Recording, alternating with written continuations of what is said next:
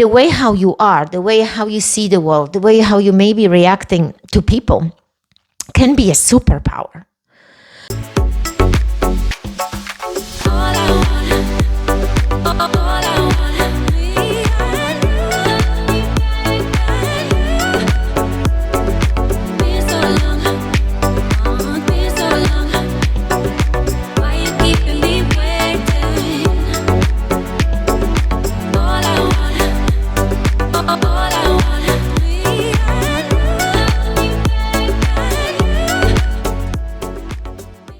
Welcome to a new episode of the Eckert podcast. In today's episode, we're going to be discussing how to acknowledge yourself. Really cool story going back in times. I'm going to take you on a ride again. So for those of you who are here for the first time, welcome to my show. I am Eva Eckert. I am a host of the show. I'm a Polish immigrant with a strong accent, kick-ass husband, and 2 beautiful kids. American entrepreneur sharing an incredible mission to inspire women around the world to take bold actions towards their dreams, passions, desires, so their life becomes more meaningful and fulfilled. I believe that the best superhero of your unique purpose is inside all of you, all of us, and we should share it with the world to make the world a better place.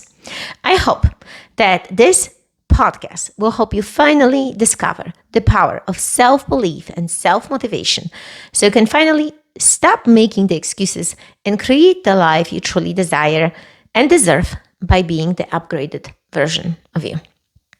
Welcome to the show, guys. Don't forget about the power of gratitude, writing down the gratitude. I just recently learned that writing a gratitude can lower your cortisol level about 23%. How awesome is that? So write down what you are grateful for. In the beginning of the very first episodes, I would always write down my gratitude. I would always share with you, but it would take some time. So we don't want to take away from this episode. I want to take you on a journey. I want to take you on a ride with me. So a couple of weeks ago, I had a phone call. It was actually a scheduled call. It was a discovery call with a potential client. And as we were going through the discovery call, this person told me, obviously, their address, things, we were just talking about it. And it hit me. The moment that she shared the address with me, it hit me like a huge explosion. This reminds me of literally a Sheldon show yesterday that we were talking about it.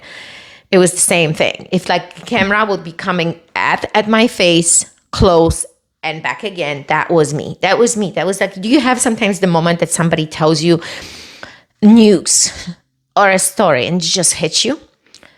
That was me. And in this instant, the moment that this person shared with me their address, it was like the message that was coming in my head. Remember how much you achieved. Because a lot of times we just don't remember this. A lot of times we forget. And also we are not taught how to acknowledge ourselves. Do you ever lay down at nighttime and think to yourself, wow, I have achieved a lot today. I really accomplished a lot. I should give a gratitude also to myself. Not always everyone around you. Obviously, we do that. But to acknowledge you, your hard work, what you do. Maybe you are a mom taking care of the kids. Maybe you are a father that works so hard. Maybe you are a grandma who drives to their kids' home and cook their dinner. That was actually my grandma, if I remember this. She would come 3 to 4 times a week during my school years, and she would bring a dinner, or she would come to cook dinner for me. We do so much for others, and we never acknowledge that work because it's so much easier, guys, to see outside other people's work, other people, how much they achieve, other people, how much they do. But what about us? What about you today? You need to do this. And I guarantee you that your sleep will be better.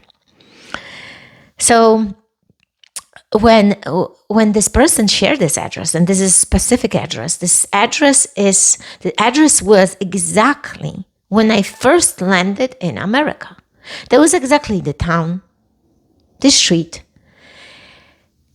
And as this person was sharing her age, I immediately started calculating in my head, like, okay, if I was 20, how old this person was. And I was like figuring out that this person was a little baby back then.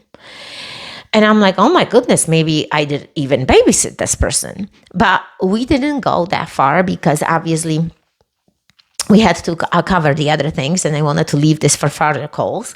But it hit me. It hit me so hard because right after that call, I sit down and I start thinking, wow, in the course of 27 years that I've been here in America, I've achieved so much. And in this episode is not about me. My story should be an inspiration for you, meaning you need to acknowledge yourself how much you achieved so much. But it started from the moment of thinking, remember where you came from. Meaning, sometimes we all have the stories. Like if you speak to anyone and everyone, you realize that most of us have the good stories and also the bad stories. Some stories of a childhood can be tragic, traumatic. But when we came from, that this story made you who you are today, almost like flipping the switch on that story, the way how you are, the way how you see the world, the way how you may be reacting to people can be a superpower. Like for me, when I think, I came from a communist country. Later on, when I was a little kid, obviously we changed, but I grew up in a communist country. I grew up living with my grandparents, appreciating them being close to me, my grandma cooking dinner for us, learning how to cook dinners, seeing my grandfather getting up every single morning and work out. Those are all these little things that were installed in me in somehow, and I can carry them on. Remembering that I grew up not in a lavish home when everything was on the table. I grew up when I had a one doll. I grew up when my grandparents bought me a dog and I cherished the dog. I had a hamster. I grew up in a 2-bedroom apartment. And in Poland, 2-bedroom doesn't mean that you have also living room. The living room is with your bedroom connected, guys. So there is a couch, there is a table. So when you host guests, you open up that table, you fold your couch, and that's what it is. So 2 rooms, plus a kitchen, plus 1 bathroom. Till I was 12, I was living with my grandparents. So I want you to remember your childhood. Think about it. What are the good things that you can take from your childhood when you came from? What are the things that really impacted your life in a good way? Or maybe a lot of times is that because something tragic happened, you take this thing and you flip it and take the lessons. And you can service others, you can help others because you figure it out how to help yourself. And we're talking about just life coaching. I can go deeper into subjects because I am not a psychiatrist. I am not a psychologist. I am any of those things. I am just a coach and a person that pays a lot of attention to my life, to my kids' life. We study a lot of books. We invest in personal development. We learn from people who have done it. And always what I've learned is that the most successful people usually had some tragic event, usually had some hardship. And because the hard things made them who they are today, it's not because they failed. Because the failure is not a failure in their dictionary. It's a big lesson, becoming better. So I want you to remember when you came from. I want you to cherish those moments. I want you to think about what you loved about your childhood. I loved outdoors. I didn't have dolls, so we would play with the kids outside. I would run around on the streets. We were just having a simple but beautiful life. And the fact that I didn't have much, that's what made me so hungry for more, I think. Because it wasn't given to me, even though my grandparents were taking care of me a lot, especially when I was studying in my university. They would give me money. They would buy me even an old car. That was like the repayment almost for me being so good. It's not about that. It was that hunger, the hunger for more. So number 2, as I mentioned, acknowledge yourself. Acknowledge yourself. How much you have achieved. And you know how you can do this? It's a great exercise that we all should do it. If you are 30 years old, you can divide your 30 years into 3 parts. Up to 10 years old, up to 20 years old, and up to 30 years old. All the achievements from these blocks of sand. When you're 40, you can do the same. Or maybe for you, it will be easier to write it down from these amazing events that happen in your life, and you just truly remember them. Maybe you have trophies in your room from great sports achievements. Maybe something else, but write it down. This will help you. This will help you in those difficult moments to see that you achieved probably something through some kind of a struggle, through going through these hard obstacles, these hard hurdles. That's when it was. You've gotten where you are today because of something hard. So acknowledge yourself. Be patient with this. Don't rush. Appreciate the people that were along the journey. And guys, here is the thing. Not only the good ones, but also the bad ones. Meaning like the people that brought you joy, love, fulfillment, but also the people that brought you pain. The people that were not good for you, that almost you feel that they shouldn't been here. The people that maybe you think you would love to erase from your past, but you can't. Because the truth is the past. We can't change it. That's what happened. You can navigate your future even though you don't know your future. The past is well known. So how can you take a good out of the bad? This is a difficult moment for us, all of us, right? How can you take good from the bad? You know, when I was a little girl, I mentioned this in my episode. I was in my middle school. This kid was chasing me with a knife. I left the school, it was dark, and my grandparents, for some reason, didn't come to pick me up. No one picked me up. And I remember the darkness going out of that school. Everything was dark, and I was leaving, and him standing there, and him telling me, I'm going to kill you. The run home was very shorter than normal. I was freaking running like in Disney character movies when you watch the Disney movies. You know, that sprints that they do, that was me. But I felt like it's taking me forever. And he was faster than normally anyone would. Obviously, he didn't hurt me, but he hurt me being scared and paranoid in dark moments. You know, when he had this huge knife and I remember the heart was going up to my neck and I felt that he will kill me.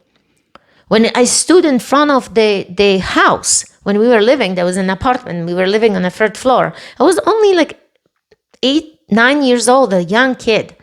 And this kid was, he was, I think, finishing the middle school. So he was about 13, 14, but he seemed so big. I don't know. Maybe because I was such a little kid. That's how I saw him. I remember calling my grandma, screaming in front of the house. She looked through the window and I couldn't take my voice out because I was so petrified. I couldn't get it out. I wanted to tell her that somebody is running after me. I couldn't. I peed in my pants out of being so scared. I don't even know how I met him. He was standing in front of the entry to the apartment building. I don't know how I ran through him. I just remember him screaming in the hallway when I was running on the third floor. And thank God my grandma actually go out in the hallway and turn on the lights, because the lights automatically would turn itself off every few seconds. That was me. So there were people in our lives. Things happen for a reason. We don't want to think like this, but it is the truth. The good people and the bad people. So acknowledge them. Appreciate them. Number 4, be obsessed about your goals, about your dreams, passions, desires. Because if I tell you, if I wasn't obsessed, I wouldn't have gotten, I wouldn't been when I am today. I wouldn't came to America. We would have not opened up our training centers in New York. I would have not started the podcast. I would have not started my coaching sessions, my Freak Female Alliance. I would have not started my great events that I host. It all comes out of the obsession. So don't be afraid of the word obsessed. Obsessed is a good thing. Being obsessed about your health is a good thing. So if people find you obsessed, sometimes this can be taken as being pushy, as being too driven, as being too direct, as being too clear on your goals. Sometimes you don't fit in those rooms. You will fit in not many rooms because people will see you like this. It's okay. Do what you love and love what you do. I found this out after so many years of being here in America. I had to go through depression, being so unhappy to the point that I cried, to strike me and to hit me.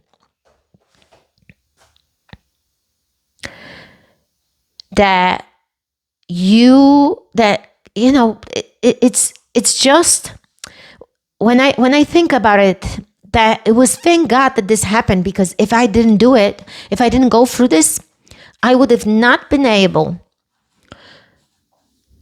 to, I think, tune into what's special, what my passion is, what my true calling is. I allowed the true calling to come to the surface when I connected to me. And that's what I wanted to tell you. Don't waste times on jobs. I see this all the time. I see this through my friends. I see this through people that I care and love truly about. They do things that are not meant to do. They hop from one job to the other. And that was me. Because you know what my fault was? The first fault was I want to make money instead of I want to be happy and love what I do, and then I can make money. That was the huge transition in me. When I connected to this, bam, the whole result showed. And that's how we became voted America's top trainers. And that's how we became top trainers. That's how we build amazing communities. And people till this day send me messages. Can you guys reopen your gyms? Can you guys do this again? Can you guys serve us again? That's what means appreciating the true calling, what you have inside of your heart, inside of your bones, inside of you. Be you and love what you do and do what you love. Have clarity about your goals. Be clear, because when I was lost in America, I was lost. I was lost in Poland. I left for America. I thought that making money will make me happy. But boy, I was wrong. Because when I was not congruent with my mission, I was jumping through things, and that emptiness that was in the heart. So when you find your congruent mission, when you find that purpose, that's the fulfillment. And there is another thing, that all of us go through struggle. The only difference is that the successful people, the people that are driven, fulfill this moment of sadness with their passion and purpose. So it turns their pity into something explosive and beautiful. That's what it is. Each time I have a bad moment, I turn into my passion and turn into my purpose. I turn into service, and it changes my state. And I can only speak through what I'm dealing with. Those are my feelings, my experiences. So be clear on your goals. See your vision. See what it is. It's going to change the trajectory of your life. Because if you don't, you're going to be lost in the woods. Because if we don't have a clear destination, think about any GPS system. If you're going somewhere, you're putting a destination. You're putting a destination. Otherwise, without a destination, without a map, how are you going to get it? How are you going to get there? Listen to your gut feeling. There is that sense. A lot of times we call it sixth sense. The sense, the feeling that you have inside of you is like, I should have listened to my gut. I think the way how we have to do this, the way how we have to connect is in a state of calm. We cannot achieve and hear what the gut is telling us, the sixth sense, if you are stressed, if you are anxious, if you are overwhelmed. You can't do that. This is me. This is what I feel. I was scared so many times before these big decisions. I was scared to start the podcast, but the gut feeling was telling me, do it. You need to serve. You need to share your voice. And I inspire you to do the same. PMA, positive mental attitude. Without it, guys, the most successful people, what I've realized, what I've read, the books that I've read, all the beautiful Napoleon Hill books that are always, he talks about positive mental attitude. Without it, you can't win. You can't succeed. And this will surpass any other person a talent, because this is your navigation system. Positive mental attitude, your attitude towards life, how you are. You face some kind of struggle. What are you going to do? How are you going to approach it, right? So do you have a positive mental attitude? Or do you complain?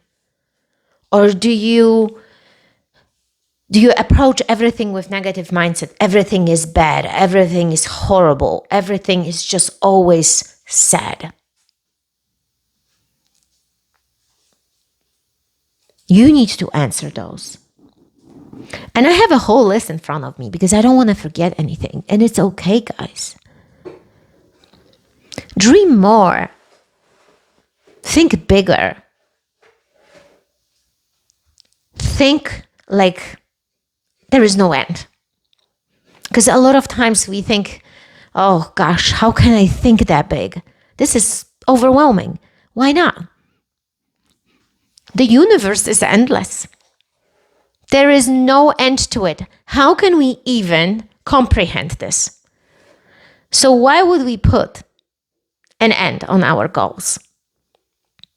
Like when I was, from all these goals that we've had, all these things that I've done, I'm thinking it was always from thinking bigger, thinking that my own self, always creating these uncomfortable things, because that's what it is. The dream is that uncomfortable because you create these ideas and they feel so damn uncomfortable. They feel it's a fight a lot of times. It's a struggle. Sometimes you might sit in front of an empty page when you write a book. Can be a lot of things, whatever you're facing.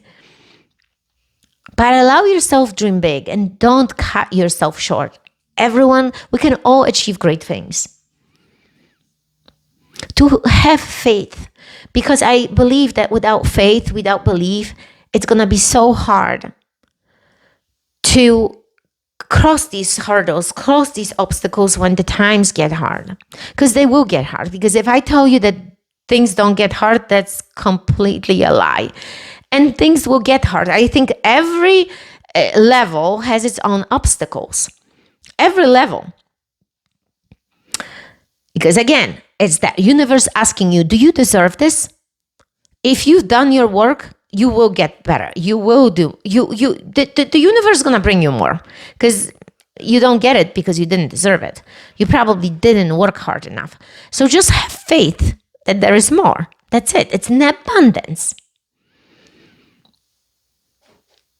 You are constantly changing. You are constantly changing. It's evolving. Like When I was writing this thing, I'm like, oh my God, if I only knew 27 years ago, when I was the babysitter, when I was sitting in that house and struggle a lot of times with the family that was babysitting in, the jobs that was taking on, the hard, going from 3 babysitting jobs, going to a bar to be a bartender. I even got a mixologist license to work in these bars, to work in these different jobs, the ideas that I had. And if I only knew, working so hard and being in the rooms of really people that just starting. If I only knew that I'm going to be inspiring others, leading others, doing calls, coaching people, have systems, hosting workshops, hosting events, I would have been like, girl, give yourself some more room. Stop thinking that hard. It's all going to be great. But we need to hear this. We need to hear this from those who have achieved this, because we have a lot of listeners. Some of you are very young and you just there. So you got to give yourself that room that when you are today, you're not going to be in 5, 10, 15, 20 years. As long as you want to push forward, as long as you want to be more, have more, and inspire more. I think that's what it is.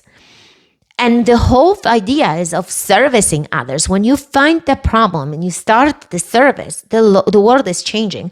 Think about across anyone around you. The people who serve are the ones who succeed.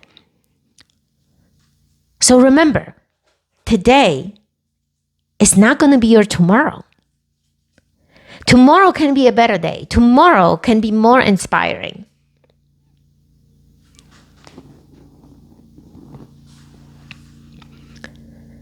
If you truly want something, you will get it.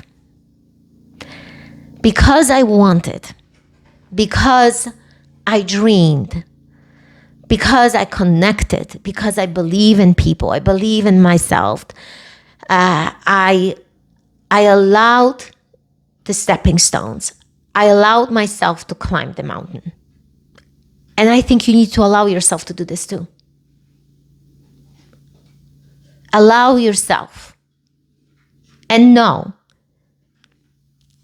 that whatever your heart desire, you can create. Look, I'm speaking you from the dream house that I wanted to have. I'm speaking you from California, the map that I have as a 17-year-old in a small 2-bedroom apartment living in Poland.